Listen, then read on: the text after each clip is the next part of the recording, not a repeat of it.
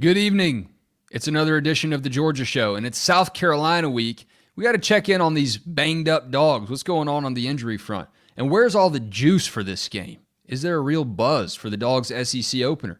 We'll also check in on some recruiting news and notes towards the end of the show. It's time for the Georgia Show. Hunker down, y'all.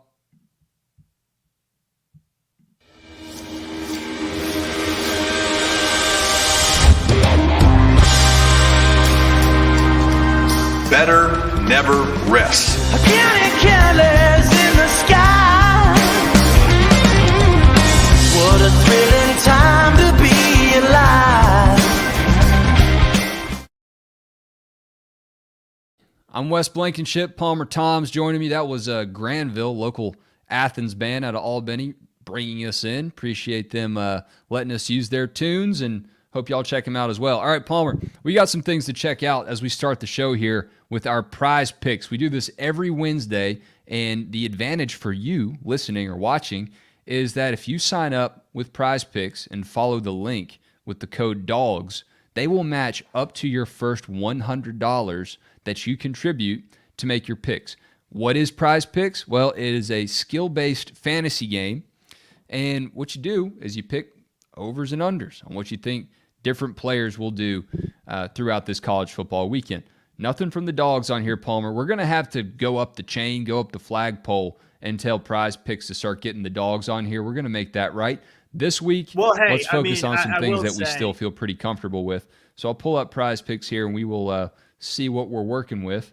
And you got a lot of options. As this schedule heats up, we're probably going to get more Georgia stuff.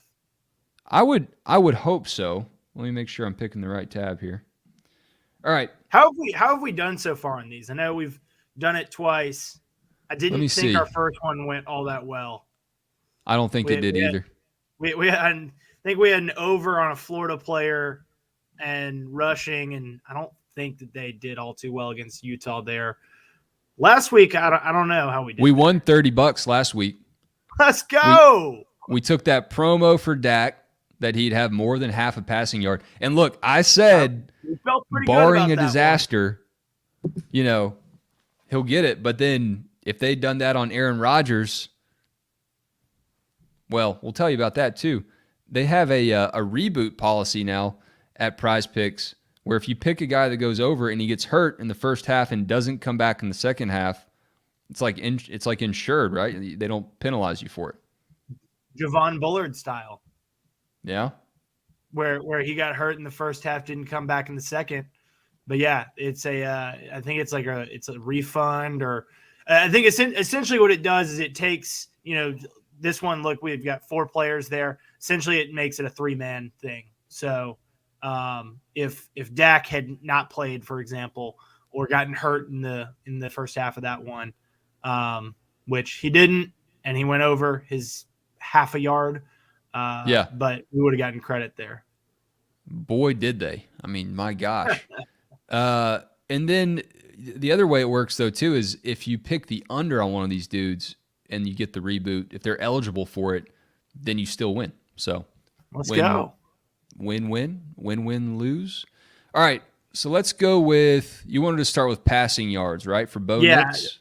Passing touchdowns. Passing touchdowns. All right, let's float on over to that. Yeah, I've got 4 that I picked this week that I'm liking. Over on 2.5 passing touchdowns for Bo Nix. He's got, I think, 6 on the season, or 5, and I mean they're playing Hawaii. That's a team that Vanderbilt beat. I like Oregon's chances to put up some points there. Bo Nix, he's a dark horse for the Heisman. He's looking really good, comfortable in that offense. I like that one. I don't think you can go wrong with that. All right, what else did we have? You had rushing touchdowns. Yep. I like Woody Marks there. He has been off to a strong start. 3 touchdowns in the first 2 games. That Mississippi State team. Look, a lot of people are going to look at Mississippi State and a rushing thing and say, well, they don't run the ball. It's different under Zach Arnett. They're now like 119th in the country in passing, and they are running the ball. They're physical. Woody Marks, talented player, over half a touchdown. Okay, Mississippi State playing against LSU there. All right. We also had receiving touchdowns Wes, on a guy that we is feel yours. like is This is your due. Collins Hill boy. Yeah, I got to get my Collins Hill Eagle in here. Travis Hunter, I think he's due. He doesn't have a receiving touchdown yet, according to our calculations, unless we overlook something. But he is a big threat in the passing game just as much as he is defensively. I feel like he's due. Taking on Colorado State, I think Colorado is going to score a lot of points in that one. So we'll go more than half a receiving touchdown for Travis Hunter. And then to wrap up, do we want to do a pass interception? We want to do passing yards. Someone that we think is going to go under. Let's pick someone that's going to bust. So receiving yards in that Tennessee-Florida game, 7:00, ESPN. You got Kirk Herbstreit and Chris Fowler on the call there down at the Swamp. Look, there's three guys right there, and they're projecting a lot for all three of those guys. I'm going under on Brew McCoy. He's got 72 receiving yards on the season, 2 games. Don't think that he's going to hit that 52.5 number that we've got there. Under Brew McCoy. Less. All right. So we can either go really big here and do the power play and get 4 out of 4, or we can go with the flex play and just hit 3 out of 4. If we get all 4 correct, it's a 5-time bonus. Get 3 correct, it's a 1.5, or a 10 times bonus if we go power play. How confident you feeling here, Palmer? What I saw this week is that quote unquote week is the one where you start to see some upsets. I think we take the safe play and we'd go with the flex instead of the power. All right, I'm with you. So we got $20 in. We'll win $100, and you can do this too. We'll have a link in the show. Go to Prize Picks, get their app, and use that code DAWGS. We got a special link for the Dogs. They will match up to your first $100 that you enter. So you're playing with free money. So let's place that thing in and see how we do. All right, and with that, we'll get to some real business here. So Palmer, wondering about the Dogs this week, hearing a lot about Ladd McConkey, or actually not hearing much at all, but we're hearing a lot of questions from our fans and subscribers over at the DawgsHQ message board. To me, I feel like this is a coin flip, whether or not he's going to go week to week. Yeah, I mean, it truly is a day-to-day, week-to-week thing with Ladd, because you're looking at a guy that, again, and we've mentioned it several times, this is a very, very delicate situation. And, one day he's going to feel good. The next day he's not going to feel good. And, it like you said, it's a coin flip there. And so, as of Wednesday, has he been working out at practice? Kirby, is not given a ton of information there. At this point, I am of the belief that until we see Ladd McConkey out on the field, probably don't expect him to play. But, he really has been going through workouts, and they are doing everything to get him back. It's not a situation where he's off to the, sitting off to the side doing nothing and resting. He's working out. And so, I'm like you, Wes. I have no clue if he's going to play on Saturday. We will have a much better idea in those pregame warmups. Last week he showed up and was not dressed out, was in a jersey and sweatpants. And so you had an idea that he was not going to give it a go then. So do I think he plays? My gut says no. My gut also says no on Javon Bullard, because I think that's where we're going to go here next. Yeah, and explain again, Bullard had the ankle against UT Martin, and that, the early indication was that it didn't sound too serious, but maybe just serious enough to keep him out for 1 to 2 weeks, perhaps. Yeah, I mean, just looking at him after the injury occurred, you saw, I was sitting there next to Jake and said, well, Jake, he's talking to Ron Corson over there. That's never a good sign. And, the defense was in a huddle and he was doing some backpedaling off to the side by himself. And so the fact that he was able to backpedal and the fact that he was able to work on it, and it wasn't a situation where he couldn't put weight on it, he was putting weight on it. It was looking like they were testing it to see if he could go back in.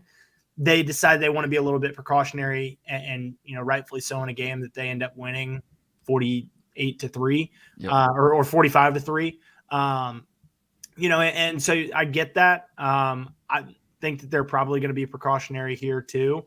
And if there's any question, he's probably not a go because they feel confident in David Daniel-Sissevan. But, I very much would not be surprised if Javon was out there warming up during warmups, and this is a decision that they make after that, because like Lad's situation, it's, an ankle can feel great one day and one sudden movement and it doesn't feel great. If he's taped it up, is he the same player? Probably not. He's a very physical guy, ball hawk, flies all over the field. But, if you can get Javon Bullard out there in any capacity, I think that you want that. Again, my gut says that he does not play. I think that they're going to give him some time, not try to rush him back. And look, we may not see him until Auburn because, much like those first two games and Lad and the precaution that they took with him and Dejan too, next week against UAB, I don't think that they're going to need to push it to the limit anymore than they might this week. So my gut says no on both those guys, but I mentioned Dejan Edwards. I do think that he's going to give it a go. Yeah, that's exciting for Dogs fans. We'll put a pin in that. Looking back to last week with Dan Jackson, Sissevan coming in, there's different upsides for both of those guys. I feel like obviously the experience level for Dan Jackson is through the roof, but Sissevan's got the athletic jump on Dan Jackson. That's no slight to Dan, just a better athlete. So when you watch those two guys play, what were some of the highs and lows you saw from their game against UT Martin? Yeah, Ball State. David Daniel did not play against UT Martin because he was nursing a little bit of a turf toe injury. Like you said, I think with Dan, you get experience. You feel very comfortable in what you're going to get. I mean, remember, this is a guy that was starting for Georgia, during that 2021 season with Christopher Smith out. Started at the start of last season opposite of Smith and had an interception against South Carolina last year. I believe that was the first of his career. And so, I think with Dan, he's a guy that if he's not starting, he's going to be out there on the field in the same way that David Daniel is going to be out there on the field. David is a guy that has played, as Kirby said, in the dime and the nickel and the very different, situations. I think that both those guys will play. I think that David Daniel being the physical presence, he calls himself the hitman, and he's got an opportunity to fill in for a guy that's got a bit of a reputation as a hitman there in Javon Bullard. So I think it's going to be David Daniel next to Malachi Starks, but I do think that you will see Dan Jackson out there a lot. And look, you may have a better chance. You may be seeing more of Dan Jackson than you would normally because everybody gets bumped up a notch there, especially when you're talking about dime defense, nickel defense, where those extra DBs are on the field. Losing a guy like Bullard, when you would have David Daniel out there, when you would have Dan Jackson out there, who's next up? Well, I look at a Janelle Aguero, as somebody that could potentially come in there. Kyron Jones is somebody that has clearly showed out, with that pick six, and is earning some minutes there at Star. But Janelle Aguero would probably be the one that if you're looking at Georgia and their 6 DBs, or you throw out another corner because they've got 3-4 guys that they feel really maybe even more than that they feel really comfortable in there. So you could end up going with an extra corner on the field for those situations. This Georgia secondary is just so freaking deep. It is an embarrassment of riches, and the Dogs will figure it out one way or another. Back to Dejan Edwards. I almost feel like Georgia's coaches, even though they won't admit it behind the podium, Kirby Smart knows that he had a luxury with these 2 games to start the season, and he could afford to let Dejan Edwards rest up. I don't know if that's the case for Lad McConkey or not, but getting Dejan back, letting Mustard spin back there, that is a much-needed addition to this backfield. We spoke with Rusty and Jay Crow on the Sunday show just about how badly Georgia's running backs need to find a way to find that dog in them and make people miss and get through these holes instead of, getting bottled up and not shaking many tackles. Yeah, and I think with the nature of his injury there and being an MCL, where that affects your lateral movement, you may not see that shiftiness out of Dejan. But he's probably not a guy that I consider to be all too shifty in the first place. He's got that downhill runner to him where he's very comfortable. He's maybe not going to seek out contact, but he's very comfortable getting north and south as opposed to, moving laterally there. But yeah, I think you're absolutely right that they understood the luxury that they had in those first two games. And, Dajon's Kendall Milton played in the first two games. His injury happened very early in fall camp relative to when Dajon's happened. And so Dajon was going to take a little bit longer. Kendall was going to be ahead of him in terms of the return time. Kendall was not quite 100%. Kirby said that. He got closer and closer. Dajon is probably not quite 100%, but they have said, hey, it's about getting him from 80 to 90 and 90 to 95, 95 to 100. Where is he now? There's no way of knowing unless we're talking to Dajon. But I do think that he's going to see the field probably in a very similar way to what Kendall did the last 2 weeks. Mountain Jake Roos, welcome in. Just running through these Dogs injuries here, and there aren't few of them. There are quite a few. Which area for you are you looking at for Georgia that might, this injury list might impact them the most against South Carolina? I think it's probably got to be running back for sure. To me, that's an area where South Carolina is going to be very physical, and they just need bodies, man. So getting Dajon back, you hope that he's full go, ready to go. We've heard nothing to the contrary, so I'm not suggesting he won't be, but you hope that all is well. Kendall Milton's obviously been playing banged up, so. Maybe the Dylan Bell wrinkle is in there now as well. So you hope that that's the case and perhaps you sustain there. But, ultimately, I think that Georgia, even with injuries, has enough in terms of depth and talent to pull it out against South Carolina. I think the Gamecocks are not going to be able to match them player for player at the end of the day. So, it's a bummer, to have some of these guys out. Dylan Brooks mentioned Bullard, and I think that's a good point too. Rattler's probably going to challenge the deep field down there, but we'll see how that goes. Georgia, he does have crazy arm talent. The issue is going to be keeping him upright for him to be able to use that arm talent. And I think Georgia's going to be pretty successful in sending the house in a lot of these cases on Saturday. Yeah, he's going to have to get that thing out quicker than he has at this point in the year. And it's no fault of his own, man. That offensive line is looking pretty gnarly. Matthew C., welcome back. How many touches will Bell get lined up behind the quarterback in this game? If it's not behind the quarterback, I think it could be right beside him in the shotgun snaps. I wouldn't be surprised to see anywhere from 5 to 6. Rusty's pointed out that maybe they put that one play on tape just to make South Carolina think twice about it, and that gives you a whole new branch of offensive plays to work with. You can fool them again. You can actually run it at them. And with the I don't want to call it full-on tentativeness. It's a lack of effectiveness from Georgia's running backs. He was the most effective runner against Ball State. So I wouldn't be surprised to see a handful. Maybe not RB1 or anything, but I think he'll be out there. And here's what I do think you have to keep in mind with that is, when you line him up there, you can throw it to him as well. He is a wide receiver after all. And so, that's an element of this offense that I think that they might have, like Rusty said, shown that one play, him running out of the backfield. He had 2 carries, or maybe I think it was three for 28 or something. But you show the fact that, hey, he lines up here, he's going to run the ball to get them thinking, okay, he's lined up there, they're going to run it. And then you trick him with a little bit of a pass play there. So, he's perfectly capable of catching the ball. We've seen that with him at wide receiver. And I think that's something that could be coming for Georgia here. The wild dog for Bell. Yeah, you don't have to worry about a bad snap. He'll snag it.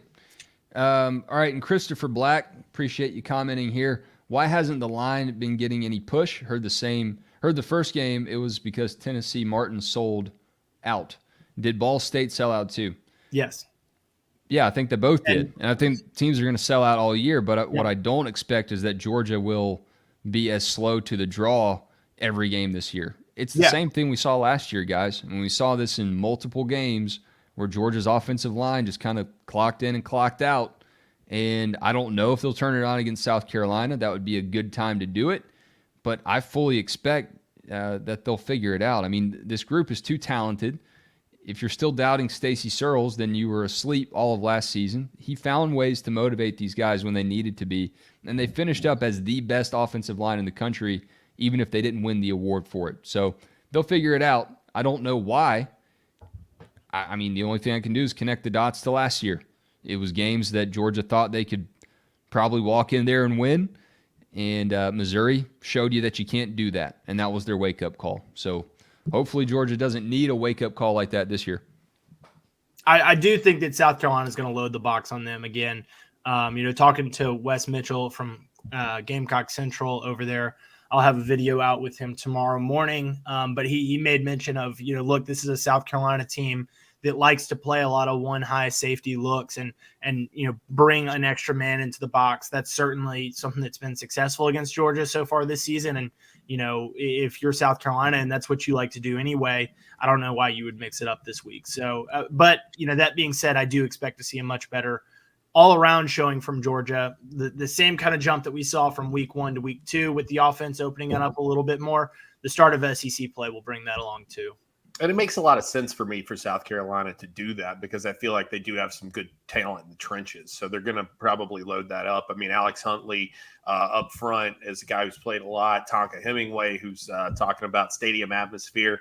I think that he's a guy who will get involved early and often. So, they've done pretty well at that position just in general. They've had some good players there. Zach Pickens comes to mind recently. Rick Sandage was a guy who played for him for a couple years as well and did real well. Jordan Birch. Birch. Obviously he transferred, but right. Yeah. So, that to me, it won't surprise me to see them take that approach again. And they're probably comfortable with Georgia challenging downfield as well, because Jalen Kilgore has been a really great addition for South Carolina early on in this year. So yeah, he's looking like a freshman All-American if 2 games or any sample size. And they feel good about Nick, and I'm not even going to try to pronounce his last name. Imanwari, I think. They feel good about him there too. In terms of a bigger defensive back, somebody that could potentially try to line up with a Brock Bowers per se. He's a little bit banged up, but he's another safety that I think that they feel confident in. And look, the other reason it makes sense if you're South Carolina and why it made sense for Ball State and UT Martin, you're playing against a inexperienced quarterback. Put the pressure on him to make the plays as opposed to letting Georgia, let him get comfortable by moving the ball downfield with check downs and handing the ball off to some running backs behind what is a strong offensive line. It makes sense to put the pressure on him and say, look, if you're going to beat us, you inexperienced quarterback, you got to make the plays with your arm. Last one here before we move on. Christopher Black wants to know who Ernest Green's backup is. He did struggle mightily against Ball State. Well, it would be Austin Blask. Yeah, that's what I thought. But Blaski's banged up, right? Yeah. Yeah. So, I mean, I think right now you would look at Monroe Freeling there. Chad Lindbergh is another guy. What are the chances if you really had to do it that you bump Amarius over to left and let a guy like Freeling come in and hold down right? I mean, I don't know that would be the case, but I think you also would maybe consider, Xavier Truss is somebody that's gotten tackle reps and, they clearly feel comfortable with the, backups at guard in Dylan Fairchild and Micah Morris and Jared Wilson. Those 3 guys getting a lot of reps. So, tackle is certain. Look, Georgia's replacing 2 NFL caliber starting tackles. Amarius Mims is an NFL starting NFL caliber starting tackle this year. And Ernest Green very well could be down the road. Monroe Freeling could be down the road. But those are 2 guys, in Green and Freeling. And I'd throw Blasky in there too. Those guys did not have a ton of reps. They did not have the experience that Amarius Mims did in coming in to replace, Broderick Jones and Warren McClendon. So it's not all too surprising to see them having some growing pains. I think that, again, Ernest is going to continue to grow. But yes, in terms of his backup, it's a little bit shaky there with Austin Blasky battling a knee injury right now. Yeah, getting thin. I wouldn't rule anything out, though, as far as shuffling. I mean, they've been known to cross-train guys and put them where they need to put them. So we'll see how thin this thing gets. Guys, I'm wondering about the juice for this game, all right? This is the SEC opener. And we talked about Tonka Hemingway there for a moment, how Kirby Smart is just a master motivator, and he's really drawing this bulletin board material up out of nowhere. And we heard leading up to the season that he didn't really want to embrace the fact that he told the team they'd be 7-5. If he didn't do that, he's fully on display this time because Tonka Hemingway said nothing about Sanford Stadium being a weak atmosphere, but now Kirby's got all 92,000 fans that will be in attendance believing it. So here's the context that goes with that. Kirby was asked, hey, Tonka Hemingway was asked at media days what the, most crazy, loud environments that he's played in. Well, first of all, he's a defensive lineman. It's not going to be that loud when he's on the field, on the road at least. So, he mentions Kyle Field at Texas A&M, Neyland Stadium at Tennessee, and does not mention Sanford. He didn't say anything that he didn't pull an Eric Ainge and say, oh, it's not that loud. I don't remember it being, that tough of an environment to play in. He just didn't mention them at all. And so, we had somebody ask this week, hey, do y'all use that? Do you use that as motivation for the fans, Kirby? Do you use that as something to get them going that, hey, a South Carolina player just neglected to mention y'all at all? And Kirby then said, well, hey, it sounds like Tonka's provided a little bit of bulletin board material, maybe not for the players, but for the fans. And so that's certainly been something that Georgia fans have run with. And like they have in the past, Arkansas 2021 is a game that comes to mind, that noon kick.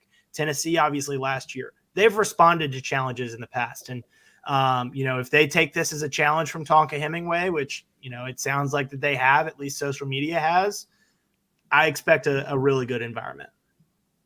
When you look at last year, Kirby did send the tweet out before the Tennessee game, and that was fine. And I think, for that ball game, I don't think Kirby really needed to ask because Georgia fans had already proven it against Arkansas. They're going to show up for big opponents like that.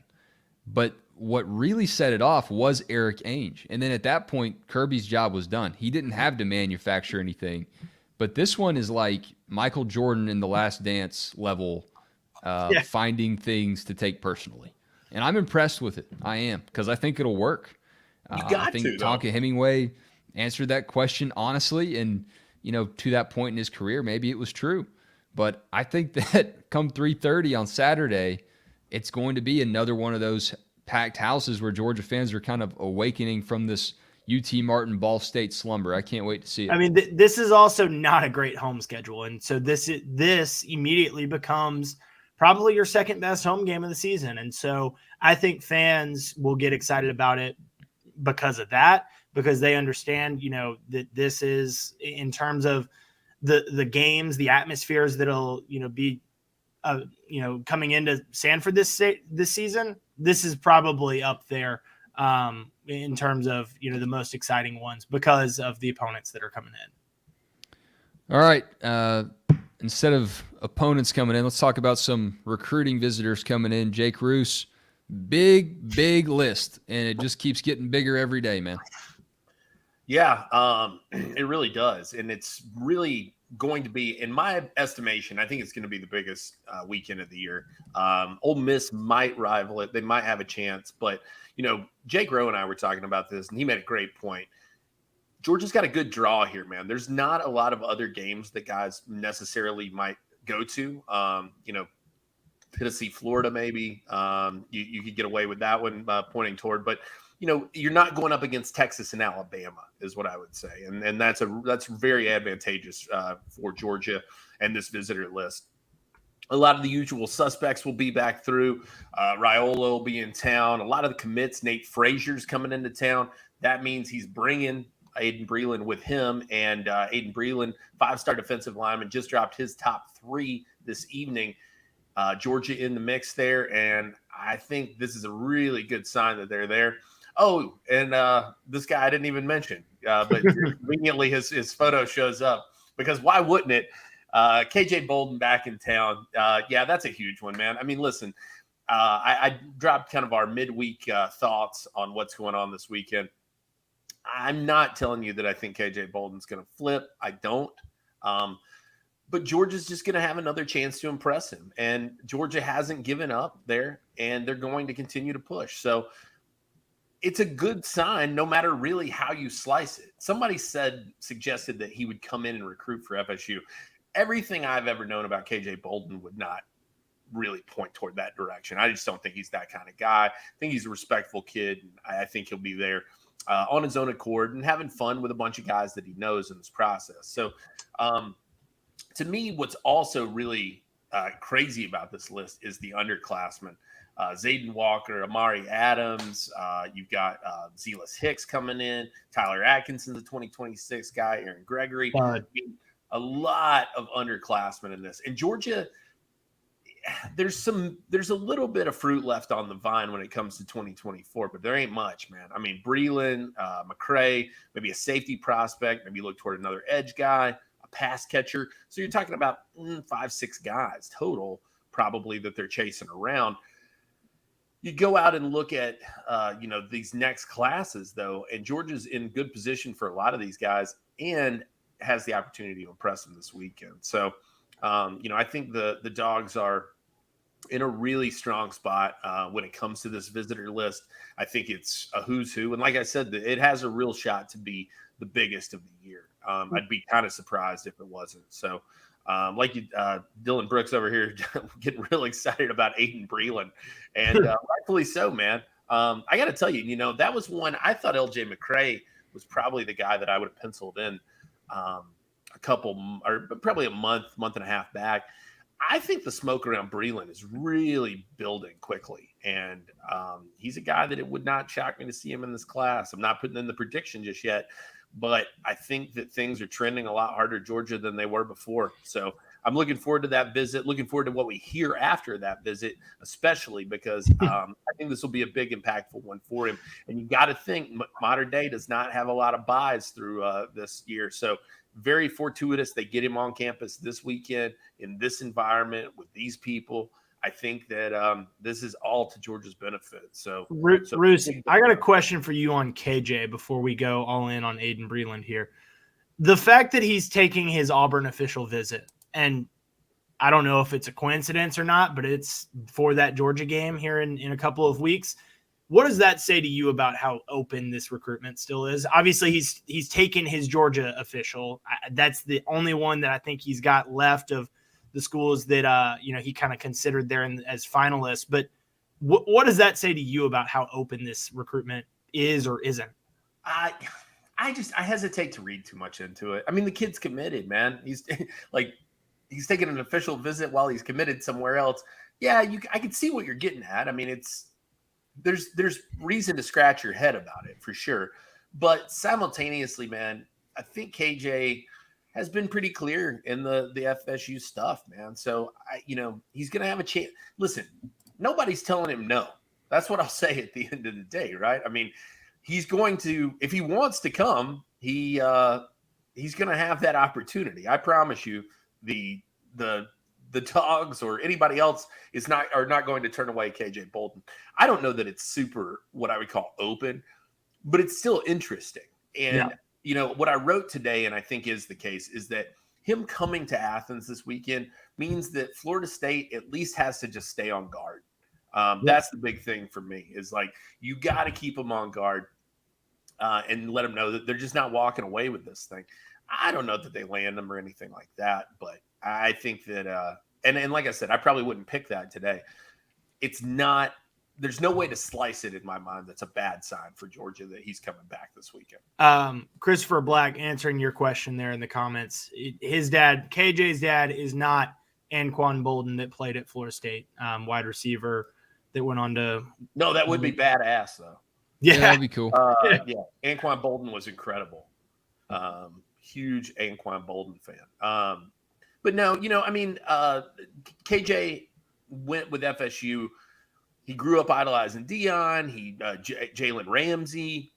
He's been close with Mike Norvell for several years. I believe FSU was his first offer, if I'm not mistaken, and that was a while ago. So, there's a lot of ties there, and it wasn't a huge shock that they won out.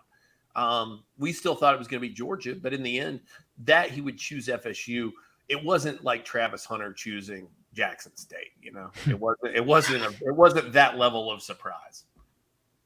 There will never be another one of those because Travis Hunter was the first one to do it, and now you kind of have to expect everything with Dion or anybody. All right, so we got Breland covered there, and if you want to see the full list of visitors, you can check out DawgsHQ.com. It is premium stuff. You can try us out for $1 for 1 month and see what it's all about. And this is a great time to try it out because this kind of info heading into this kind of game weekend is about as big as it gets, guys. Speaking of Breland, let's dive in a little bit deeper and then get to a couple big decommitments on the Dogs' radar before we take this thing home. What will it take for the Dogs to not be Breland's pick? Who are their biggest threats right now, Jake? Well, he's down to 3. It's Miami and Oregon out there as well. I think with Oregon, you've got to fight the West Coast. I mean, it's just the ability to stay close to home. They've done a great job recruiting him. Dan Lanning has really prioritized this kid, and rightfully so, man. I mean, he's a difference maker for sure. He's a rare guy in a frame. And then Miami has seemingly kind of just been involved with everybody for whatever reason you might choose. I know a lot of people would probably point to NIL as what's keeping them in the race for a lot of people. But they showed some marked improvement against Texas A&M. Guys know Cristobal from his time at Oregon. So there's a lot of familiarity there as well. So I think ultimately Georgia just has to continue to pitch this kid because what I continue to see in his comments is the development aspect. To me, that's what it is. He talks about, Georgia and the success and, being around guys who, if you're around nine successful people, you'll be the 10th one. It's really, there's some compelling stuff he's saying in Georgia's favor. And I think that it matters that he has a teammate committed. I don't think it's an ultimate decider, but I think that it gives him a level of familiarity, of comfort with the Dogs as well. So, like I said, man, I don't know that I would go ahead and slam the pick today, but I'm probably not too far off, especially if coming off this weekend, we hear what I expected we will, which is that I think things will probably go pretty well. They'll prioritize this kid very heavily, as they rightfully should. And I think Georgia could be, in the catbird seat by this time next week. That's a bit of a hot take from me, but I don't think everything is trending in the right direction in my eyes when it comes to Aiden Breland in Georgia. D-line U. Speaking of D-lineman, big one decommitted from the Florida Gators. Michael, is it Borio or Boro? I've heard several pronunciations. Okay. It's Makai Barrow is what Rusty said. So I'm just going to go with what Rusty said. All right. Yeah.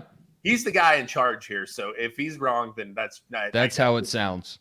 That's marching orders is what I'm going by. So, yeah, that was a big decommitment. Georgia really likes that kid and did going into his decision.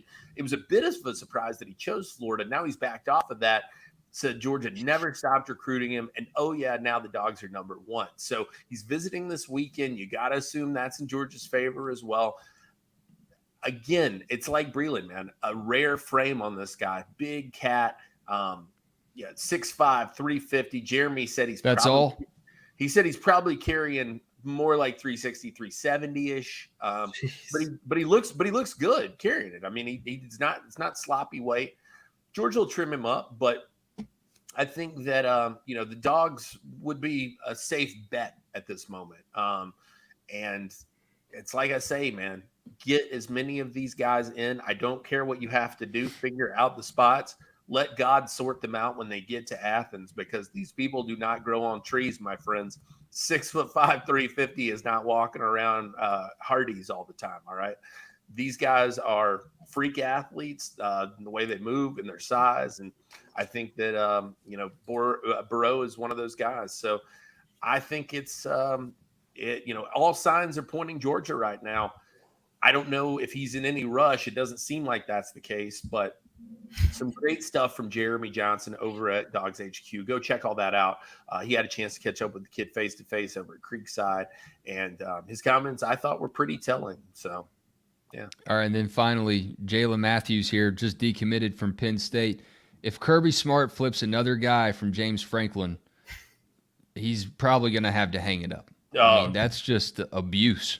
James Franklin is not sending a Christmas card to the Smarts this year. I promise. It's not. I mean, somebody asked, what's going on with this? Like, is there some sort of vendetta?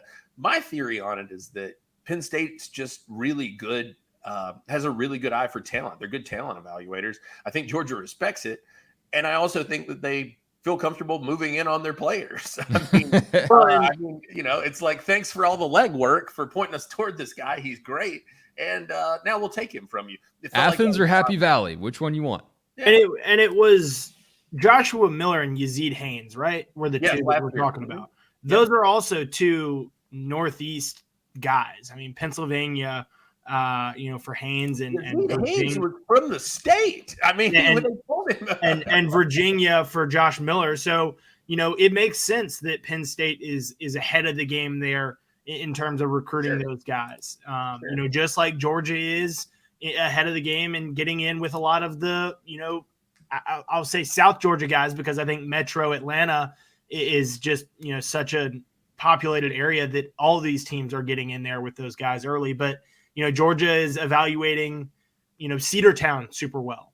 Sure. Yeah. I mean, obviously, though, this kid, you see, he's from Palmer's neck of the woods there, Tom's River. But now it's that NJ at the end, man. That's what matters in this recruitment is the New Jersey, right? Nair Daniels coming out of New Jersey this year. Jalen Matthews in 2025 out of New Jersey. Who's from New Jersey? The guy that I talk about all the time. It's Fran Brown. And the guy's just doing work, man, just chopping it up. Jordan Thomas too. Yeah. Oh yeah, you're right. Yeah, absolutely. Yeah, out of Don Bosco. So get over to the dog walk.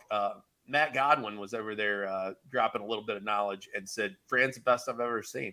That's strong words, my friend. He worked around some really good ones. Fran's a machine, man. And Georgia getting up there and bringing guys like, Jordan Thomas, like Yazid Haynes, Josh Miller, those guys are impactful players. Nair Daniels going to be a great one. If they're able to go up and get that kid, this kid right here, that would be just another big feather in the cap. 6'6", 273, number 83 in the nation, a little higher on the On3 rankings. It's what you build them for, man. It's the kind of frame you're looking for all the time. Georgia would love to add this kid. Looks like they got a real shot to do it. Insane Big, mean boys. Go ahead, Palmer. Insane that the number 11 offensive tackle is the number 83 overall player in the country. Yeah, it's a deep class. And that's what's crazy, too, is Georgia is involved with the number 1 offensive tackle, David Sanders, the number 2 offensive tackle, who I believe is Josh Petty. Nope, Micah DeBow, who's committed. Oh, who is committed. Petty's 3? Petty's down to 5. Oh, Jesus. Okay. At least in the industry ranking. Okay. You're right. Petty is 2, according to On3. Okay. All right. Yeah, I knew he was up there somewhere. Georgia heavily involved. Listen, we'll cage that by saying Micah DeBose is from Alabama. Okay, I don't feel good about it. Right? I just don't think they're going to be able to hold on to it. It is what it is at this point. But I mean, look, you got the kid on there, and we'll see, man. But this kid right now, all signs pointing toward Georgia for Jalen Matthews, and that would be huge. This Fran Brown pipeline, just getting you some big, mean dudes out of New Jersey, New York. I mean, I know they're not from the South, but they come down here and they know how to eat. They figure out how to eat down here in Georgia, and they just got that mean streak, man. I don't know what it is. That Yankee mean streak. They got that dog in them. I almost said corn-fed, but I don't think that people in New Jersey eat a lot of corn. Maybe they're like pasta-fed or something. Yeah, no, that's what it is. Yeah, yeah. Gabagool fed. Yeah, right. All right, let's wrap this thing up. Chop some wood. I'm going to chop some wood about this South Carolina game. Go back to where the juice is here, guys. It wasn't that long ago. This team, this program, came in and won between the hedges. The last team to do it. And Will Muschamp was the guy over there. Brian McClendon was on the staff. Kirby said he doesn't want to give them the satisfaction of letting them know that they did that. But they know, and I think they're sharing that message with the team this week, that this is the SEC. Talk about the crowd noise all you want to. This shouldn't just be a game where you have to be asked to make crowd noise because it's fun. You need it because it's an SEC opponent. Don't forget that. Every team is dangerous. Just ask Alabama about South Carolina knocking you off when you're number one. Just ask these teams. Ask Georgia last year, who almost lost at Mizzou. You can't give up the home turf. And South Carolina's been known to do it. They've been known to do it historically, too. They can be really annoying, and I don't know if they'll be annoying enough, but you can't let them hang around. So I'm chopping wood about that. At least we don't have the annoying chicken sound every first down. Yeah, I remember it. I agree that thing sucks. Okay, but we can. I will say personally, I think Sandstorm is a cool tradition. Yeah, it's neat. Yeah. It's cool. It's neat. No, there's definitely you can tip your hat to cool traditions around the country, and that's definitely one of them. But the chicken's horrible. The screeching shout of the chicken. Y'all warned me about it last year before my first trip to Columbia, and y'all were right. Anyway, I will chop wood about Georgia's defensive line and the opportunity that awaits them this week. Kirby talked about it after last game against Ball State and was asked, hey, how would you assess the play of the defensive line here so far this season? And he said, quite frankly, I don't think that we're stopping the run at an SEC upper echelon defense level yet. That's the standard at Georgia. And, that because they have been playing against teams that, can't match up to them size-wise in the trenches, they've been able to do it, well enough, but in terms of just, what he wants to see, he hasn't seen enough to feel comfortable that this defensive line is up there. This offensive line from South Carolina is not good, guys. They are, gave up 16 tackles for loss against North Carolina in the opener, 9 sacks. UNC had, I think, 17 sacks all of last season. So to give up 9 in that first game, it says a lot about this South Carolina offensive line. They lost their left tackle in spring practice. They lost their right tackle in that opener. Big opportunity for this defense, for this Georgia defensive line to step up, stop the run. Obviously that's going to put a lot of pressure on Spencer Rattler, and that's probably what South Carolina wants. But I think that there's also an opportunity for them to get home and help that secondary out with some sacks of their own. So chopping wood about the Georgia defensive line. Get right game. I'm going to chop wood about Jake Rowe coming out here and trolling us. I don't appreciate it. I don't like it. I'm just chopping wood over Georgia making the most of its opportunities. Listen, South Carolina is what it is. And I think that the line says what people expect to happen, right? I mean, it's a 4-score line. But Georgia is finding a way, like you said, Wes, to motivate this team off of commentary, to bring the fans out, to get a great visitor list this weekend. They're maximizing what they've got. It's not a sexy schedule this year. The home schedule stinks to some degree. They're making the most of it. And I think that that's to be commended to some degree. I think that they are maximizing what they've got to work with. And so, you go all out on a weekend like this where you don't necessarily have that marquee out-of-conference game to kind of hang your hat on. You're not bringing over an LSU or an Alabama this year. So, hey, look, bring in a rival, depends on who you ask if South Carolina's a rival, I guess. But, it's with the divisions changing up, I think South Carolina is one of those schools that's not set Not for on- Georgia anymore. Not on the Right? schedule for 24. Right. So kind of blow it out, man. It's maybe your last chance to be on CBS in Athens. So you've got the 3:30 game at home. Maximizing opportunities. That's what I'm chopping wood about. You don't expect anything less from the Dogs in that regard. Kirby Smart and company know how to do that, but they're certainly putting that on full display going into this weekend. Dylan Brooks predicts a Abe Lincoln game. Georgia's going to beat them boys by 7 years. I don't know how they do that, but can see 4 scores for sure.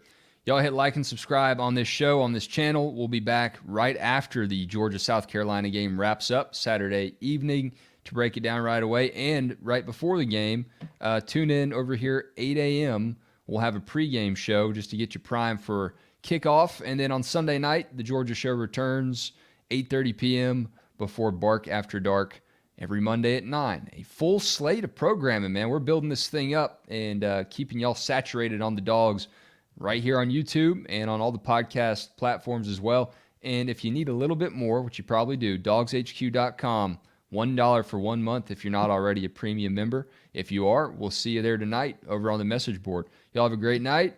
Enjoy that 3:30 kick. Pace yourselves, hydrate, all that good stuff. We'll see you back here Saturday morning.